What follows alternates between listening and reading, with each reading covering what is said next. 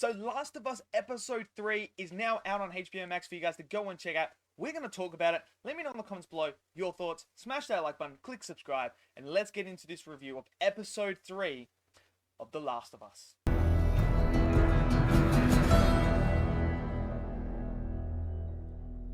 Okay, so Episode 3 of The Last of Us has now aired on HBO Max, and I tell you what, I absolutely love the extra effort and the extra mile that HBO are willing to go when it comes to this show. Now, the first two episodes were absolute quality. I love them so much, and this is instantly becoming one of my favorite shows on TV right now, and maybe potentially ever if it continues going upwards like it is. Now, episode 3 was no different to episode 1 with the quality aspects. The acting is absolutely superb. We're talking levels of House of Dragon, Game of Thrones, Breaking Bad levels of acting. That's how incredible the actual acting is in this show. And it's refreshing to see a show really care that much about their performances and about everything else that they're trying to recreate when it comes to the show. Now, what I also love that HBO are taking very good care of is the runtime. Now, this is an extra long episode compared to episode 2. So this is more along the same length time as episode 1. And I love it because this episode is mainly focused on Bill and Frank. Two characters that aren't focal point characters in a story that could easily have cut.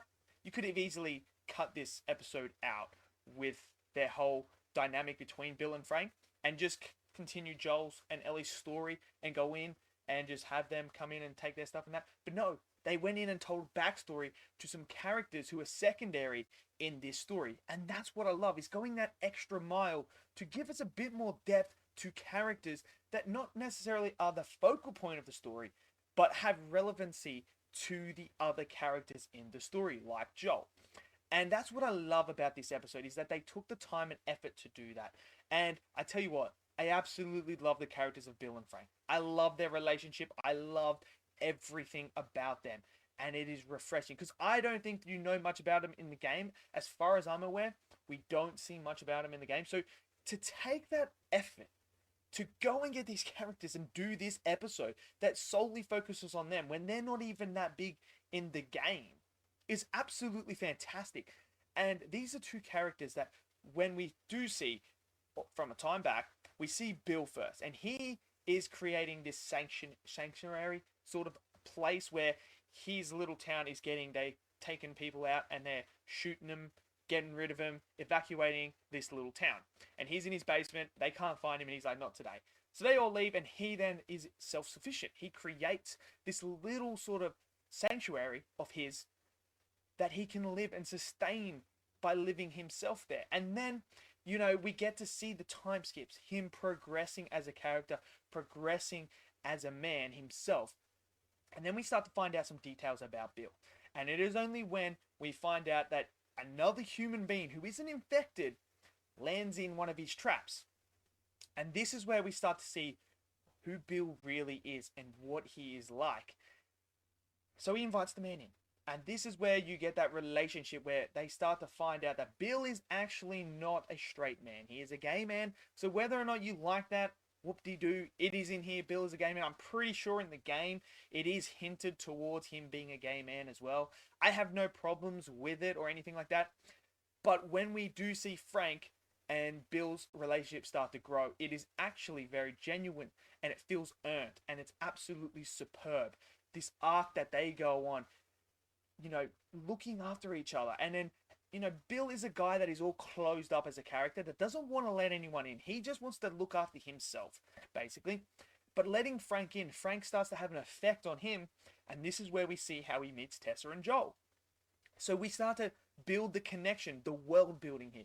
This is what HBO do so well. And this is what The Last of Us are doing so well as well, is the world building. They are expanding this world. We are not just trapped in this civilian, you know, sort of Nazi sort of element that we had seen in the first two episodes, where the military and everything is taken over and like everyone's got to follow the law here. You got to do this, you got to do that, you got to work, you got to do all this.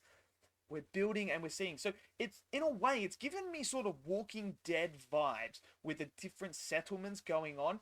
like if you guys have watched season 11, we had the Commonwealth, which was sort of like controlling everyone, where Alexandra and Hilltop weren't that. And that's what we're starting to see when we're seeing Bill and Frank had their own sort of thing, and having them have a relationship with Tessa and Joel is just something that is just so good to see. I absolutely love it. And that's where we start to see the connection. We start to see Joel rubbing off on Bill because they're very similar in a way. And it's a heartbreaking story. This is very much a heartbreaking episode. A lot of emotion, a lot of feels when it comes to these two characters. There's this absolutely fantastic action sequence sort of thing in there as well, where raiders come after Joel did warn that raiders would come at night and stuff like that. It's beautifully shot, like absolutely fantastic. It is so good. And that is an emotional scene as well. And then when you get to the end of their lives, it's just brilliant. Like, it's so good.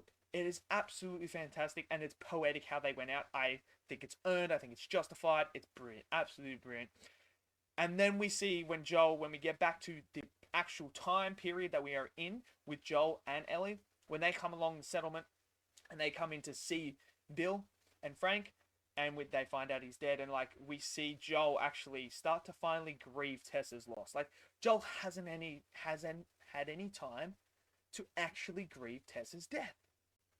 Like, this is a guy that is like losing everyone. He can't find his brother at the moment, so he's got to go find his brother.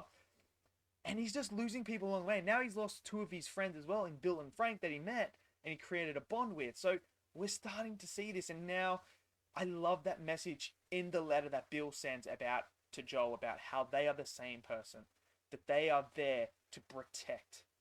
I absolutely love that, and I think that is what Joel needs to hear.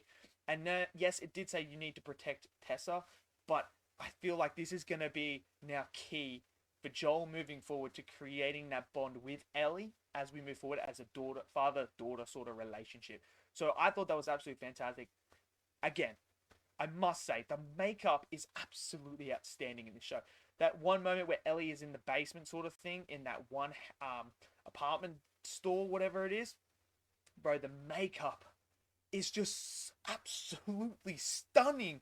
Oh my god. Like, HBO are pulling out all the stocks for this show. They are making sure that they make the best looking show and the best possible show. This show is all narrative and character driven. That's what this episode is. Taking secondary characters, giving them the limelight, and driving the story forward. You don't need to do that. And this is what I love about HBO Max. This is why they are the kings when it comes to TV shows. They do this sort of stuff, the extra mile that isn't required, but is just adds to it.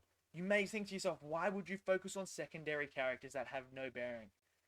Because their life and their story shows you another layer to the world that we are living in when it comes to The Last of Us.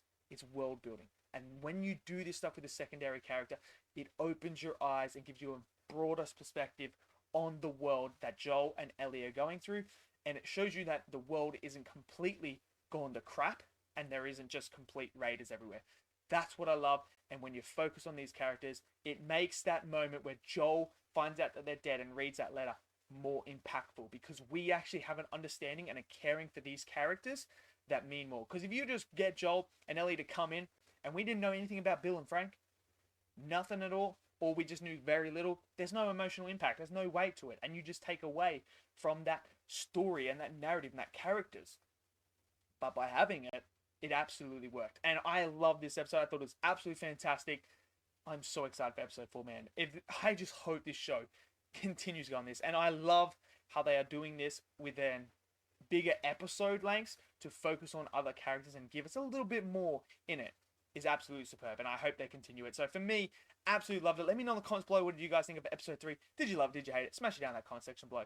Smash that like button for me and click subscribe as well, and I'll see you guys next video. Until then, stay safe and peace out.